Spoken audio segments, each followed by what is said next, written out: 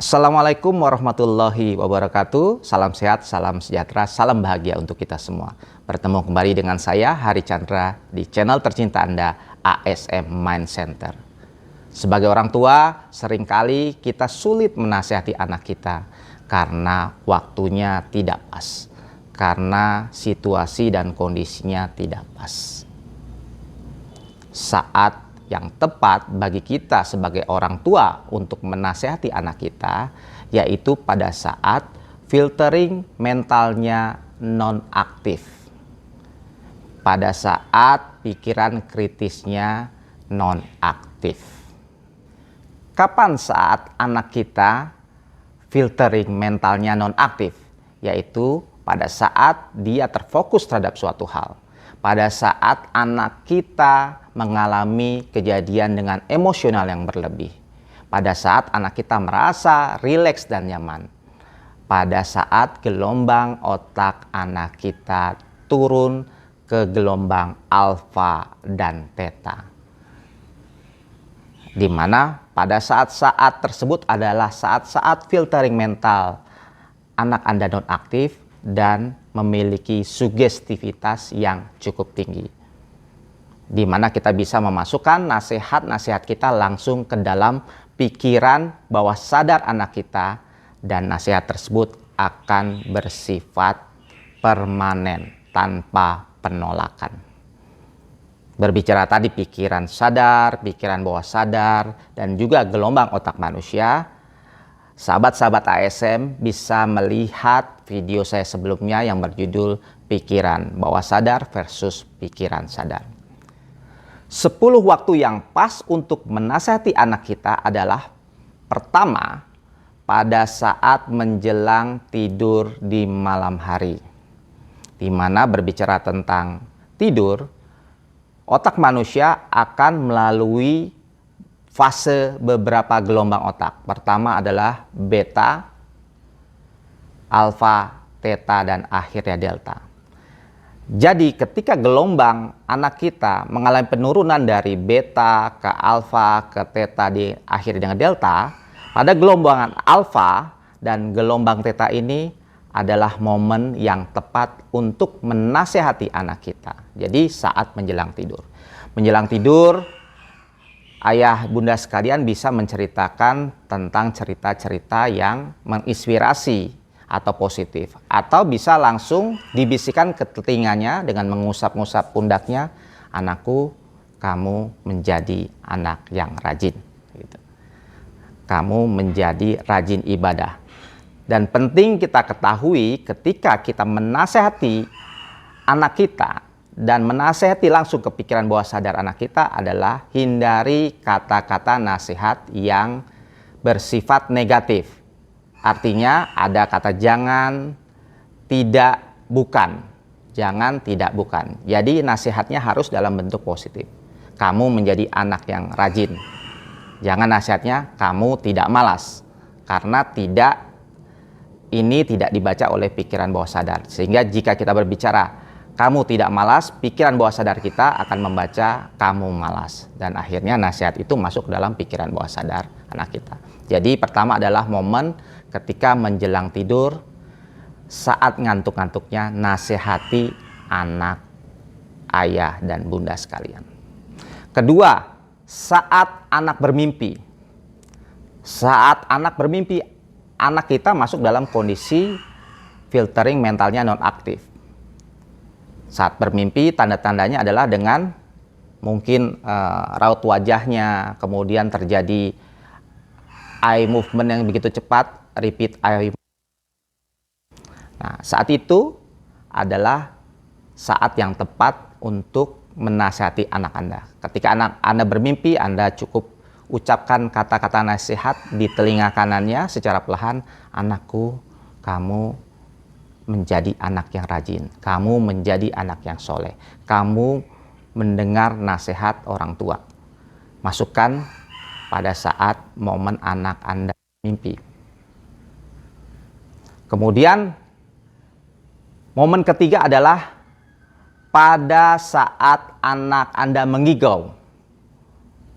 Jadi ketika anak Anda mengigau, selama ini kita langsung bangunkan atau tepuk-tepuk.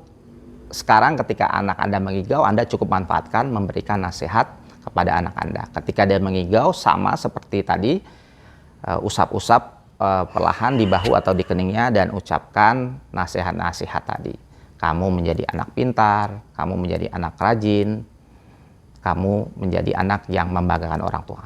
Pada saat anak mengigau, juga filtering mental anak kita sedang off, bisa kita nasihati.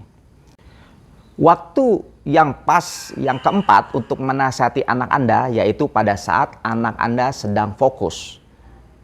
Bisa saat fokus mewarnai, menggambar, bisa saat anak Anda bermain game, bisa saat anak Anda membaca buku. Bagaimana kita mengetahui anak kita sedang fokus? Anda cukup panggil namanya. Panggil namanya, ketika dia tetap bermain dan tidak menoleh, berarti anak kita fokus. Atau ketika kita memanggil nama anak kita, dia tidak mendengarkan, berarti anak kita fokus. Ketika anak Anda sedang asik bermain gadget, ketika anak Anda sedang asik mewarnai, ketika anak Anda sedang asik membaca sesuatu, Anda cukup dekatkan dia dan berikan nasihat. Anakku, nanti 5 menit lagi kamu selesai bermain gamenya, kamu sholat zuhur, misalnya seperti itu. Jadi ketika dia sedang tadi fokus, nasihatnya bisa kita masukkan di situ.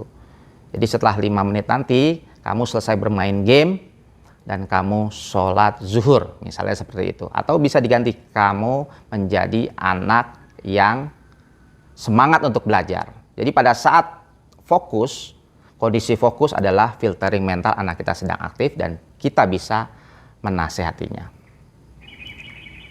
Kemudian momen yang kelima yaitu pada saat anak Anda merasakan emosi yang berlebih.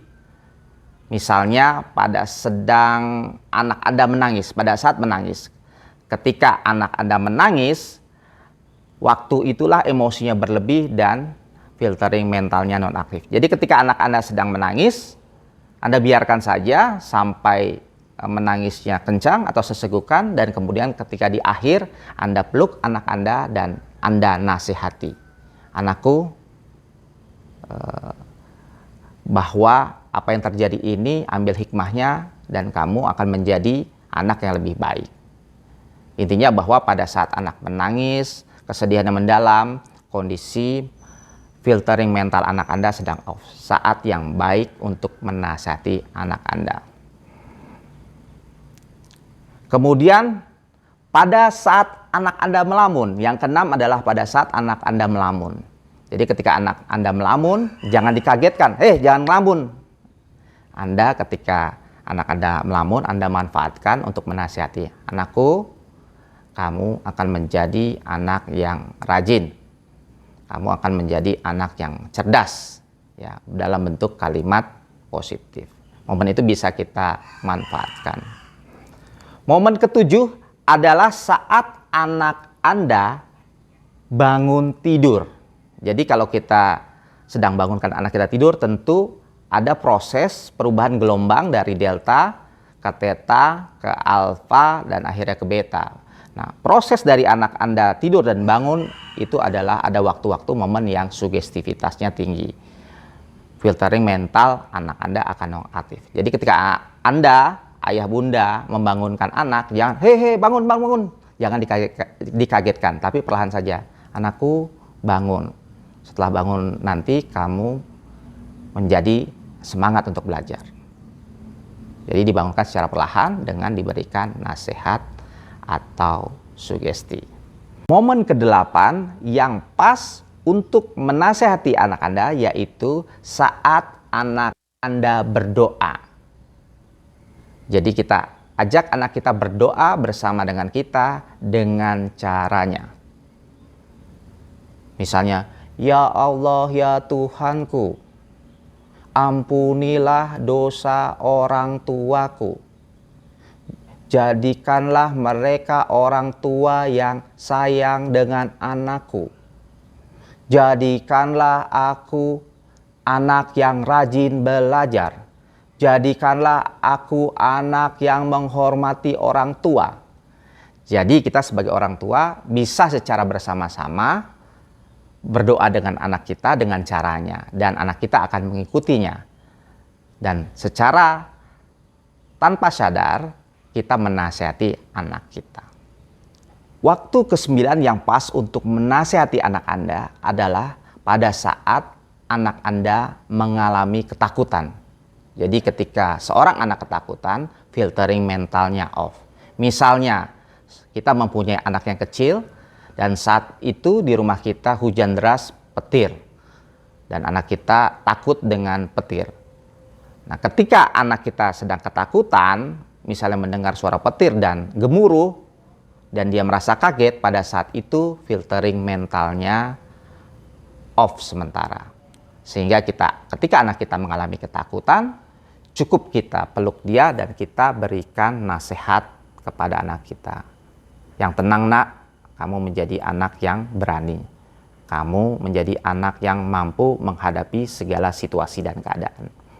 Jadi ketika anak Anda merasa takut, hal tersebut menonaktifkan filtering mental anak kita dan Anda bisa memberikan nasihat yang ingin Anda sampaikan. Dan hal terakhir atau 10 momen yang pas untuk menasihati Anda, waktu yang tepat untuk menasihati anak Anda, yaitu ketika anak Anda menginginkan sesuatu. Hal ini menonaktifkan filtering mental anak kita. Jadi misalnya anak ayah bunda sekalian ingin dibelikan sepeda. Ketika dia sungguh-sungguh ingin dibelikan sepeda, maka filtering mentalnya akan off. Pada saat itu Anda bisa dengan mudah menasihati anak Anda. Jadi misalnya tadi anak ayah bunda sekalian ingin membeli sepeda, usahakan keinginannya tidak kita langsung belikan. Kita sediakan tenggang waktu yang cukup untuk kita memberikan nasihat, bisa seminggu, 2 minggu, bahkan sebulan. Misalnya, kalau kamu rapotnya bagus, maka ayah belikan sepeda, mama berikan sepeda, bunda berikan sepeda. Nah, selama hal itu terjadi, maka filtering mental anak Anda akan off karena keinginannya belum terpenuhi. Jadi manfaatkan hal tersebut. Tunda pemberian, kasih jangka waktu yang pas, yang masuk akal. Cuman kalau terlalu lama juga nanti anak akan resisten. Jadi kasih janji, tepati dalam waktu yang tepat. Demikianlah materi dari saya berkaitan bagaimana 10 waktu yang pas untuk menasehati anak kita. Ayah bunda, sahabat-sahabat ASM, tinggal pilih cara dan waktu yang pas untuk menasihati anak-anak Anda sekalian berdasarkan situasi dan kondisi anak Anda. Jangan lupa untuk share, view, komen, dan tentunya subscribe channel ASM Mind Center ini agar selalu berkembang, selalu memberikan konten-konten yang menarik, edukatif, inspiratif. Terima kasih. Assalamualaikum warahmatullahi wabarakatuh.